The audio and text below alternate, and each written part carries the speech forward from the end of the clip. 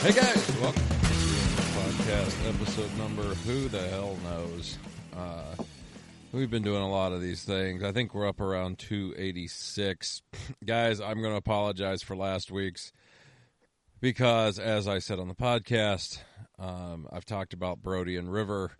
River unplugged the machine, and when that happens, I guess you lose whatever you were recording. And, so that's why you only got the back half of last week's podcast. But I am, I'm sorry about that. Didn't know that that was actually a thing. So, but Matt Hagee is a really, really good guy, and somebody should call him and just tell him that. That would be funny. Just to call him and say, hello, you're very nice, and then just hang up. That would actually make me laugh very hard. But, guys, tonight's podcast is brought to you by, as always, Thorn Brothers, makers of all the custom tackle that you want. Actually, they don't make it, but they supply it. Makers of some of the nicest rods I've ever used, whether it be the Stealth series or the Predator series, so check those out. All the way out, they have standards up to 10 foot, and I'm sure they'll make you a longer one if you want it. I've heard they're making some 11-footers right now, which seems ridiculous, but you know what? 20 years ago, 9-foot seemed ridiculous, so it's one of those deals. So check them out, thornbros.com, BROS. Also for any of your reels or electronic needs, check them out for that as well. You can always text us, 606-776-6729, the Lunge and Lures text line. Lunge and Lures, makers of the 22 short, 22 long, and tons of crankbaits that you love, as well as the Lunge and Tail spinners. Check them out at lungeandlures.com. And again, 606-776-6729. On the phone right now, as you can hear, it sounds like he's putting a transmission into an 87 Subaru, is Gus Mantey. Gus, how you doing? Good, Greg. How are you doing? I'm good. What are you doing? I'm putting new hooks on a pit bull right now. On the what? On the pit bull, the Muskie Invasion. Shallow ones that just came out. The pit bull. What does it need new hooks? You don't like the hooks on it? I'm not a huge fan. I even tried changing them out for 6/0, and I've even had some bending out issues there. So I'm running some BKK 4/0. BKK 4/0. I like those hooks. The only problem with those hooks is they're really thick, and they're a little bit thick, but I've had pretty good luck with them. Yeah, they're strong. Hard. They're strong hooks. BKK. What does that stand for? I have no idea. First time I ever heard about those hooks. The first time I ever heard about those hooks, I thought somebody told me BTK, and you probably don't know what BTK is, do you? I don't know if I do. It was a serial killer in the 1970s in Oklahoma, bind, torture, kill. Not a very nice man. Not a very nice man. And actually, I don't think he ever got caught. He might have got caught. If anybody knows if he got caught, text me. But yeah, I don't think I don't know if he ever got caught or not. Yeah. But no, those hooks they're pretty strong. But how has Eagle River been, or the Vilas County area there? It's actually been really good. I haven't gotten to fish a ton this early August. I had a family trip, and then I had a trip with buddies that I just got back yesterday for, and neither of those had muskies involved. I did a little bit of actually some fishing on the Bay of Green Bay with my buddies Kyle, Jamie, and Clayton. Kyle makes the Huntsy tails, bucktails, and unfortunately I did not boat one. Still after my first Great Lakes strain fish down there. They don't like me. So how long did you fish on Green Bay? I never got a full day in, but I did space out between the two trips because the family trip was actually in the Green Bay area. I was able to do 3 half days. Oh, okay. 2 mornings, 2 afternoons. Only 2 of them were back to back. And every single time it was blowing like a son of a bitch out of the, I don't know, whatever direction as a buddy of mine was can blow hard. As a sack full of whores. Yeah. Yeah, no, Green Bay can be, yeah, I'm sure it can get rough out there. I've never really fished it. I fished it with Luke Ronestrand. We did Sturgeon Bay one time. It actually, me and Brett Jolly fished the mouth of the river there in that, what is that bay called? University Bay.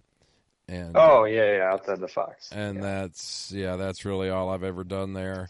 What's going on up there in Wisconsin right now? What's like, the pattern wise and stuff? I mean, what are you seeing the fish doing? Pattern wise, so I'm gonna really find out what it is right now, because while I was gone, there was a pretty gnarly cold front that I just got word that some of our water temps dropped below 70 by a good bit, actually. And probably 2 weeks ago, we were peaking around 76 in the mornings, and certain lakes to be about 80 or more by mid-afternoon. We had a lot of flat, calm, and sunny days, and the bite in the afternoons on those days were actually very, very bad. Anyways, I took some time off, and we ran most of our trips really, really early in the morning. And the morning bite has been phenomenal. That's when most of the big bites have been coming. And if somebody had to be running a topwater every single morning. There was like probably a 10-day stretch there, end of July to first couple of days of August, where there was at least a bite, if not one or two, and many follows on topwater. Mainly prop style, mainly Lake X stuff. Yeah, that was probably the most consistent part. Otherwise, rubber and blades have been the other ones that I've been throwing, and those have been just so hit or miss. You got to throw both each day to figure out what they want. It seemed to change each and every day. Yeah. What kind of blades you been throwing? I've been keeping it pretty simple this year. I'm throwing a lot of double eights, a lot of smaller staggers. I've tried my hand at some of the larger staggers and double tens, and I have not. I don't know if I'm just missing the days or what, but I haven't gotten on a super good big blade bite out here like I normally would. Mm-hmm. Probably end of July starting, so maybe it's just, I don't know, not there yet. Maybe we need some warmer water temps again for August, because it's cold now. It's like, it's going to be warm the next few days, and then we're going to get another cold snap here, and it's going to stay cold for, I think, a good 5 days straight. So we'll see what that brings. Yeah, it cooled down up here, and I'm pretty happy. I bet, yeah. Sounded hot up there too. We were hot. We've got a cool. It cooled down end of last week, and the bite here has actually improved quite a bit for me. And I was wondering if that was the same thing that you guys see. Do you like summer cold fronts? I don't mind them, actually. I love them. We've had some pretty good luck on them. I feel like that's when we get some rain, and that's kind of why maybe the topwater was really good. I just love that topwater when it's raining or if it's cloudy out, or, feels a little extra juicy. But we've also been seeing a pretty decent dive and rise bite. I'm sure crankbaits would be good too. I didn't throw them enough to know, but on some of those gnarly cold fronts, if you're tapping around aggressively with, I like either the 8-inch Navin or just a 9-inch unweighted Suic, because they're fishing pretty shallow, weedy stuff, to be able to pop it in and out of that stuff. That's my go-to if things are tough. Yeah. Well, I tell you, I love a summer cold front. I've always said that a cold front following a really, really super hot streak was always good for really big fish up shallow that were feeding, and I've seen it everywhere I've been, but it's got to be following. Oh, excuse me. It's got to be following a really hot period. It seems to be good. Yeah. If it's like just being cold the whole time, another cold front usually doesn't do that good. But if it's following a hot period, it's definitely going to jack the fish up. It makes sense because during our really, really hot streak, that we had up here, late July, I even saw it in league that just the numbers of fish were still decent, Mm-hmm. depending on the day, but the size average went down once the water got like really, really hot. It seemed Yeah. like the big fish, I don't know if they slid out a little bit and they kind of just hung out until the next better weather pattern or what their deal was there. But that's what we saw. Yeah. How's your all's league been this year? League's been good. I'm in Monday and a Tuesday night league, and the Monday one is a little more competitive. I think the previous year, I want to say we only had like 11 teams maybe, and this year we have 13 full teams. Mm-hmm. So there's a lot of people fishing it. We get really good turnouts afterwards at the bar for doing raffles and all that stuff. But so far it's been pretty good. Numbers seem just about average, nothing crazy up, nothing crazy down. We haven't had maybe as many big fish as I would have thought by now. I think the biggest right now on Monday night is 46.5 on the year, and I think Tuesday might still even be below 45. They're usually the big fish of the year is always over 45. Somebody Mm-hmm. gets one, but yeah, been pretty good. What lakes can you And fish?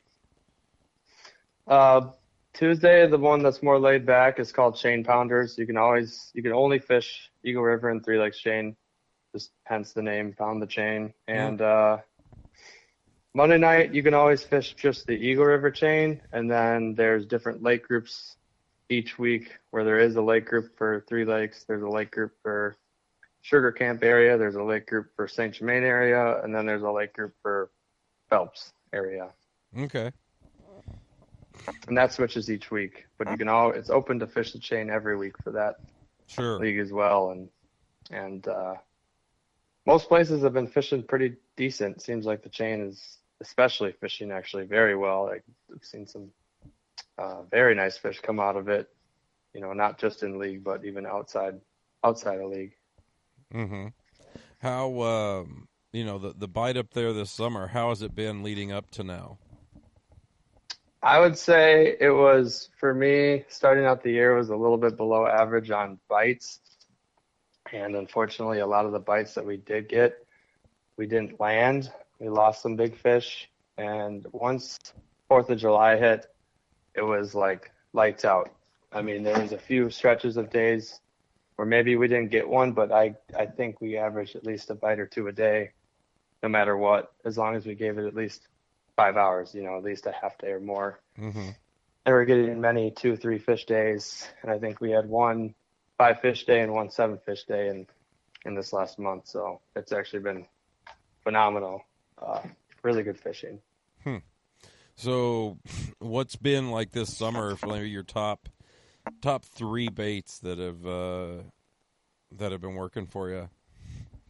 I mean, I know the pit bull just recently had a good day. It was 4 of the fish in that recent 5 fish day. But prior to that, I haven't been doing much on bulldogs, and honestly, tubes have been extremely quiet for us here. For me, so far, it's been the summer of the Medusa. I would say the mid and the reg Medusa are probably tied for how many fish they each got this year. Mm-hmm. I kind of it's just lake dependent. There's certain lakes I will only throw reg usually, and there's some lakes where I pretty much will never go above a mid size. That I'd say is probably number one.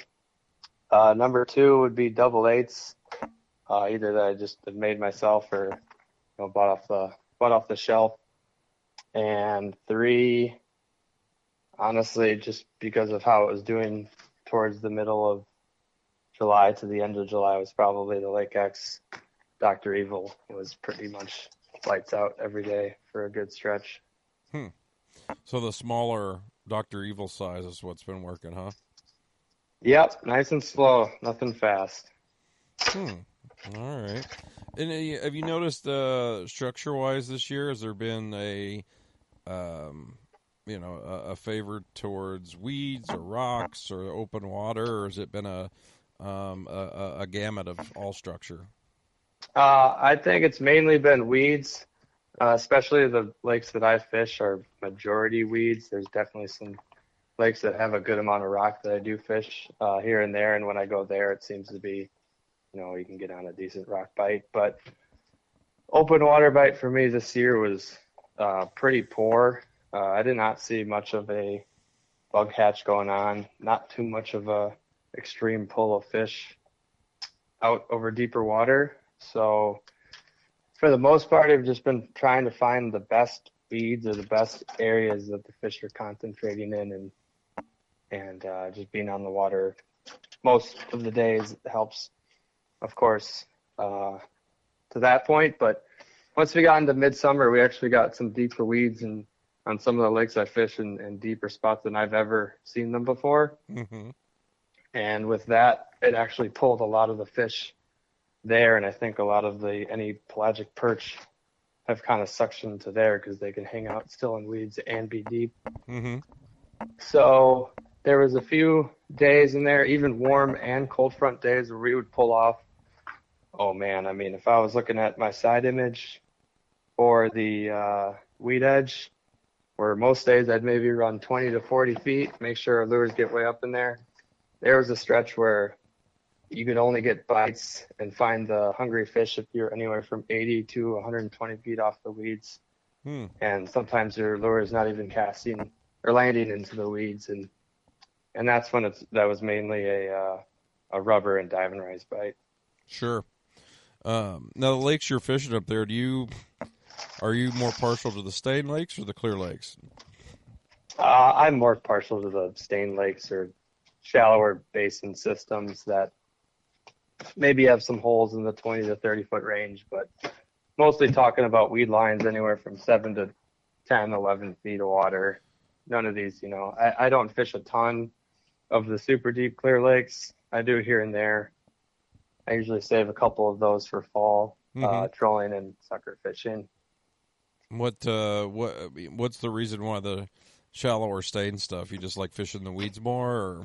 I think it's more just preference on what I do like fishing and what I'm always been most comfortable with. It's what I grew up on. I grew up fishing the Eagle River chain every summer, so any lake that fishes similar to that, I tend to like better or can find bites a little bit easier because there's some lakes that are just completely different, and I know that I just haven't found the right, way to fish them or time of year to fish them. So of course, when I'm out guiding, I always stick to what I'm comfortable with. But I have been pushing out into some new systems again this year and some clearer stuff to kind of get out of my comfort zone and feel comfortable if I ever need to find a bite there or go to a larger system if places get too hot on any given summer. Sure. Now you talked about how are you presenting these baits. You said the top water you're doing slow, even in the hot water temps. How are you getting a lot of these fish to go with the rubber? Are you being pretty aggressive? With the Medusa, yes. It's been some backbreaking work with the Medusa. I'd say a lot of short hops with that, pretty heavily.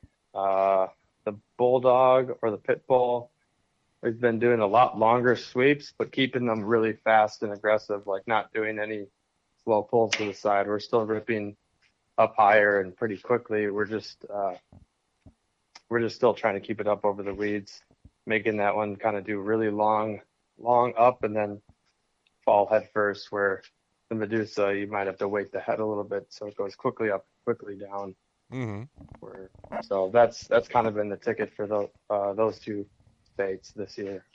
What about colors this year? Any specific color that's been better, or have you stumbled onto a kind of a unique anything? I sound pretty boring here, but mainly an all black or a white belly perch has been the majority of what I'm throwing. It's kind of just been the staple for me. I don't own a ton of gaudy colors. When I buy baits, I typically will get a couple white belly, a couple orange, and for orange belly or certain lures that are all black or black and gold or black and silver or something like that. to have a high contrast bait, because there's actually been days where, a lot of people say bright colors and bright days and dark colors and dark days. There's some days where I've done pretty darn well using an all black or close to all black rubber bait on the sunniest day you can think. Sure. So What's if somebody's coming up there this month? If you had your crystal ball, what are you predicting is gonna kind of how it's gonna shape up? if I had a crystal ball, I wish I had one, Greg. Then I could really dial these things in advance. I can kick my feet up each day. But That'd be good. no, each day you gotta, I don't know, each day you gotta figure out almost a new bite sometimes. A lot of times the areas of the fish stay the same. Mm-hmm. They haven't been moving like crazy on me. Each and every day if I go back to a system I know well, they're going to be where I know they're going to be. It just depends on if I can slide out or further in. But with this cold front that we just got before, and now it's warm, man, I think with the colder temperatures, we're going to have a very tight bite window August, where if you're not on your fish when they open their mouth for a small window, you'll miss the opportunity. And I think it's going to be a find the best weeds, because I think some of the weeds are starting to die off a little bit. So you got to make sure you're not fishing any areas where it's all grimy and gross, or whether it's milfoil or cabbage, or typically the cabbage is all like, if you can find an area with the bright green cabbage, you're going to find fish.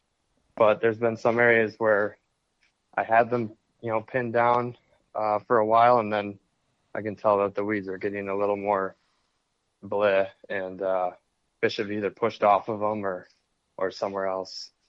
So I'd say it's going to be a pretty decent shallow water bite in August. I just think you got to play your windows right, and it's probably going to be pretty heavily moon related or big storm related. There's going to be days that I'm going to be licking my chops with incoming rain and such after the long, any hot periods. Because during the hot periods, we were fishing a little bit off of the weeds and fishing a little bit, deeper. When I say deeper, we're fishing, I'm talking like 7 to 10 feet as opposed to 4 to 6. So nothing crazy. I still pretty much fish a deep spot in a super shallow spot every single day, just to double check, because Sure. it could switch pretty quickly up here. Yeah, and these lakes you're fishing, I mean, how is the weed growth in the lakes? I mean, like up here in where I'm at Lake of the Woods in the Northwest Angle, I mean, our weeds, we do have better weeds this year than we had last year, but it's mainly that, I don't know, I call it spaghetti grass, the stuff that gets wrapped around your blades, little white flower up on top. Yeah, those aren't fun. No, but that's what, that holds a lot of fish up here, because a lot of these bays that used to have cabbage in them now have nothing, but that stuff's growing, so the fish are relating to it. So, in your all's bays, is it still a lot of cabbage, or? Yeah, you definitely still got to look for it's still a good amount of cabbage. I guess I'll use maybe the Eagle River chain for example. It's got more weeds than it ever has that I've ever seen. Maybe there's been times way back in the day that it has had more, but there's really actually not a ton of milfoil, but there's cabbage and there's a few other weeds that I don't know the exact name of. And then there's this grass, I guess, some sort of river grass. It's not the spaghetti stuff that you're talking about. And I don't know the name of this stuff, but at least what I like to call it, and me and my buddies call it, is musky grass, because it's thick and the muskies love to hide in it. So if you can find a spot with that musky grass and cabbage on it, there's always going to be some fish, in or around it. But I'd say looking for the best cabbage has easily been the strongest determining factor on the spots, because I mean there's certain stretches where the weeds kind of change, and more times than not, the spot that has the good cabbage is going to hold the fish.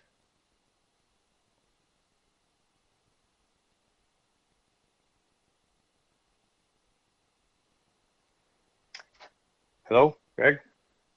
Yeah. The Oh, No, I was just waiting there. So what on your baits right now? What are you more of a jerkbait fisherman? I mean, I know you like the suics and stuff. How are you working them through the weeds? Those are pretty quick and aggressive. I'd keep the taps and pulls to I'd say, I guess, a maximum of 2 feet maybe, and keeping it short and snappy, and always, I'll tell everybody, always incorporate at least two good pauses out in the cast, because if you get a fish up on a suic or a navin or a bobby or any sort of dive bait, you're kind of locked at the boat, and the fish are very difficult to get to eat a lure there. So you want to make sure you get their attention out there, which is why I like the short and snappy, and then you give them a spot to eat it, and you give yourself the best opportunity to set the hook. Sure. Now those I know. things, do you do much with the tail? No, do as little as you can. Do not overdo it from the start, and kind of go from there. You definitely want it to walk side to side. You do not want it to blow out of the water or go one direction the whole way. So the tail, does a little bit more of the how aggressive your bait's going to go down, but then your hook eye and like where the hooks are attached, and the line tie eye is also very important to line up straight, or just adjust as needed. So how would you go about adjusting it? I'd use a pliers or split ring pliers, and you can bend or twist them a little bit. So to let's start, say you I would got line them up. let's say you got one that's running to the left. How would you start messing with it? If it's running to the left, so if you're looking at the bait, it's kind of just keeping going to my left side. It keeps pulling, going left. I would bend it kind of in the opposite direction and go not a lot to start. Just like the tail, you try to bend as little as you can, because it is very sensitive, and usually once you catch more fish on it, there's been times where I feel like it just gets better and better, and then there's other times where a fish could just completely demolish a bait and have it never run straight again. But that's usually after a couple, or usually not just one will do that. But I just bend in the opposite direction, just very lightly. That's mostly probably the line tie eye. The hook hanger ones, I just want to try and line up, dead straight, because they're I think screw in or something for navin, and then I'm not sure what the heck Suic those are use called cotter on keys. suics. They use the old cotter keys. But now with those, do you change the hooks, like put heavier hooks on them to help tame it down a little bit, or no? So the navin, I have suics I run right out of the box. I love the VMCs that come with it. I don't change those out at all. I make sure I have extra ones of those. The navin, I haven't figured out the perfect hook. I've tried some oversized 6 or 7/0 mustads, and they've been decent. I do not put shrink tubing on it. I feel like it dampens the action, and I felt like having some of those larger hooks kind of did the same. So I'm now running little 3/0 owner STs. Those are like super fast piercing, very laser sharp hooks.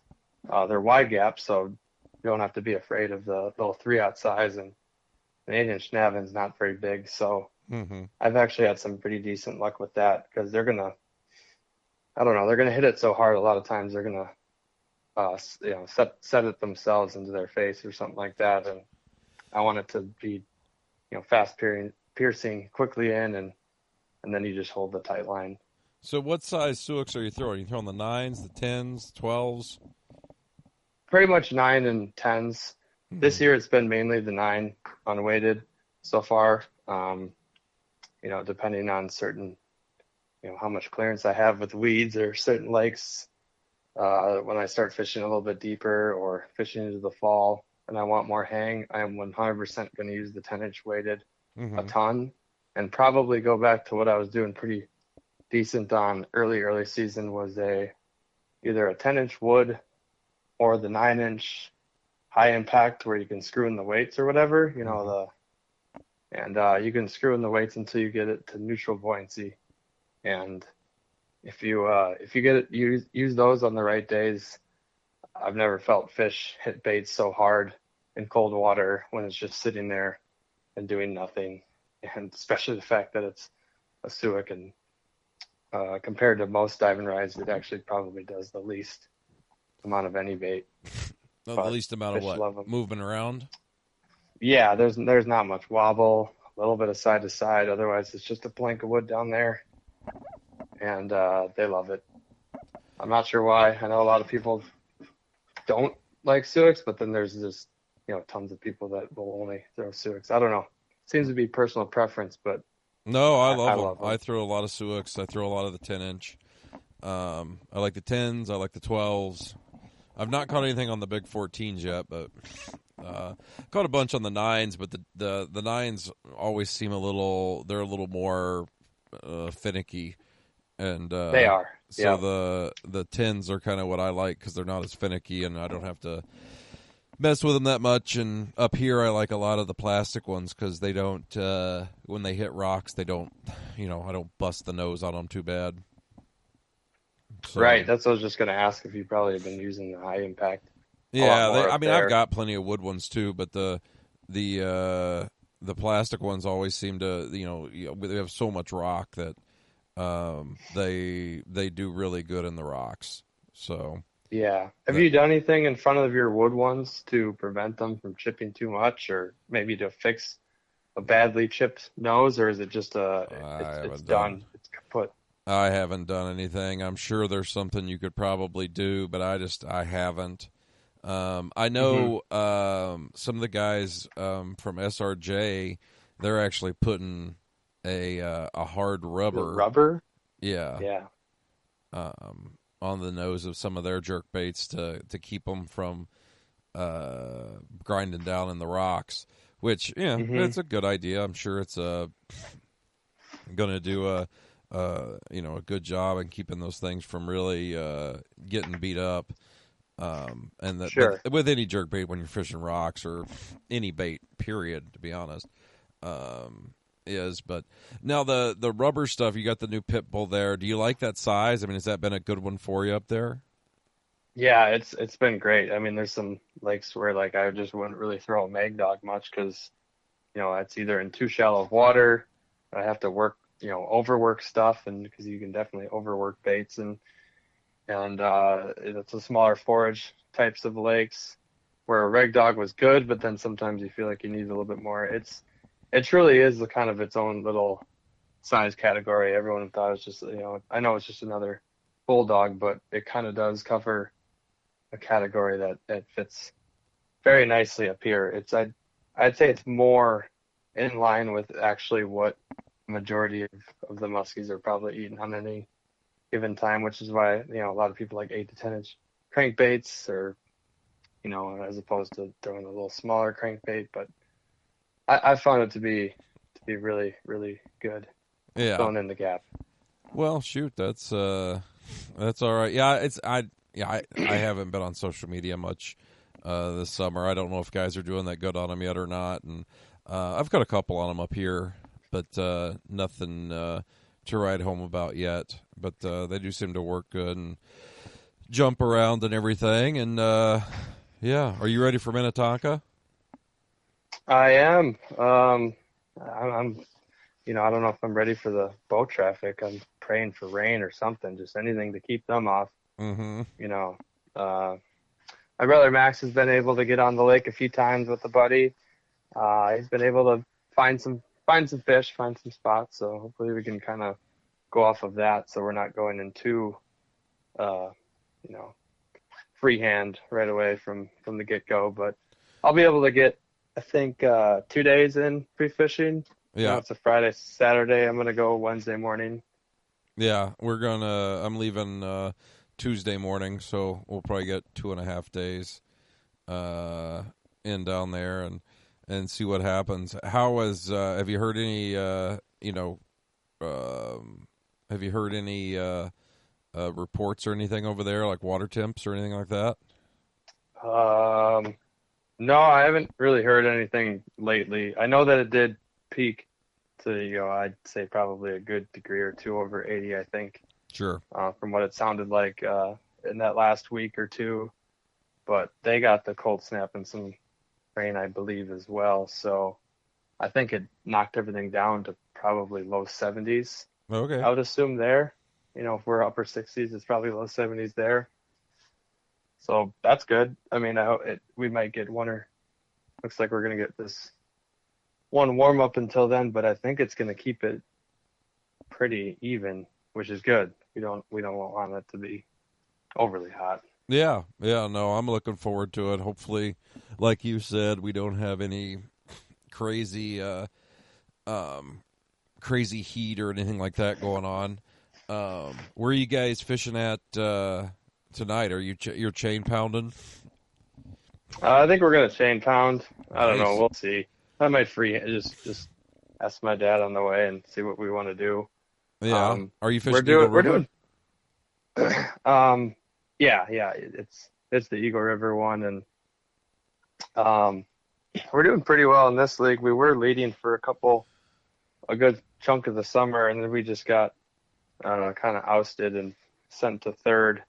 But the top three teams are all like pretty neck and neck, and then back behind that it's a ways. And just trying to hopefully get my dad a few more fish at the end of the year. He's right now personally sitting in Top Gun placement with 5 fish and the most points. So Oh, wow. hopefully you can get yeah. La-ti-da. They can get him a couple fish and keep that placement. Nice. How's what's been your like your fish that you've been catching out there, earlier in league? Has there been like a hot bait for you, or just kind of every week's different? I want to say with those 5 fish that Dad caught, he had it between 2 nights. He had a double and a triple, and the first night he got a 43 and a 34 3/4 on a 500 booger tail, and then the next triple he had all 3 on the same double eights. Oh, okay. Is it double eight that you make, or do you buy? Is there like any company's double eights you like better than others? I mainly just use my own, the one that I make around here. So it's kind of a local special. Ooh, look at that secret shit! I love it. Oh yeah, and then I think the other fish, I think Max got one when he subbed one night.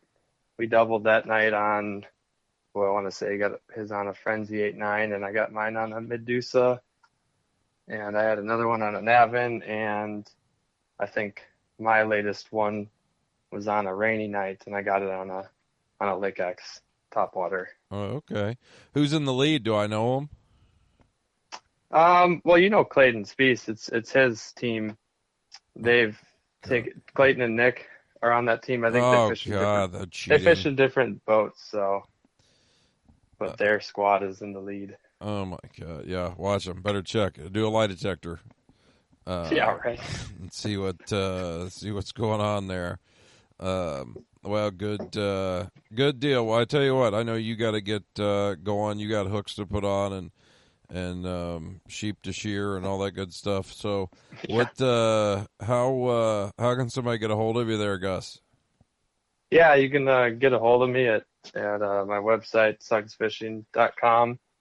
Sugs Fishing is SUGS Fishing. You can find me on social media at Sugs Fishing on Instagram or Sugs Fishing Guide And that's Service Gus on spelled Facebook. backwards, right? Correct. Oh, yes, God, that is my name spelled backwards. The nickname I got back when I was 3 and was a little dyslexic or something back in the day, and spelled my name backwards a few times in a few paintings back in preschool or something. In finger painting? I think I painted a flower pot and I signed it with my name backwards. So. Oh my God! And that's the awesome. flower pot was upside down. Oh. If you take a half circle, it's the round part on top instead of the bottom, like a bowl normally should be. But I was just trying to think outside the box there. Yeah, exactly. That's the way I should do it. So anyway, how can somebody get a hold of you?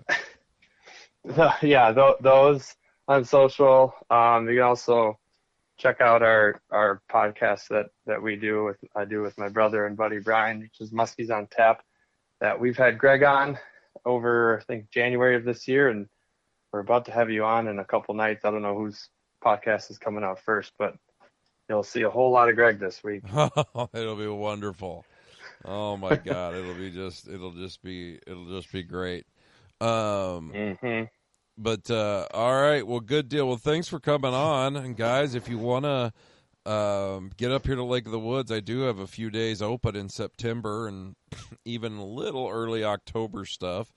And then I've got some stuff at Detroit Lakes as well. I might have a few days in there. A lot of it comes down to the weather and how warm or how cold it gets, how quick it gets cold. But yeah, you can always text me on the text line, Lunch and Lures text line 606-776-6729.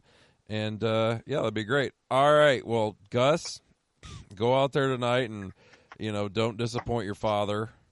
And Sounds good. Get him a muskie, and I'll see you. Is it next week? Yeah, it's next week. I'll see you probably in a week. Probably, I don't know, 9 days. 9 days. Oh my God, I'm so happy for you that you get to see me. I can't wait, Gregg. I can't wait. It is. All right, Dad. Well, you be good, and I'll talk to you later. Hold the fort down. Thanks for having me on, Gregg. All right, see you bye. later.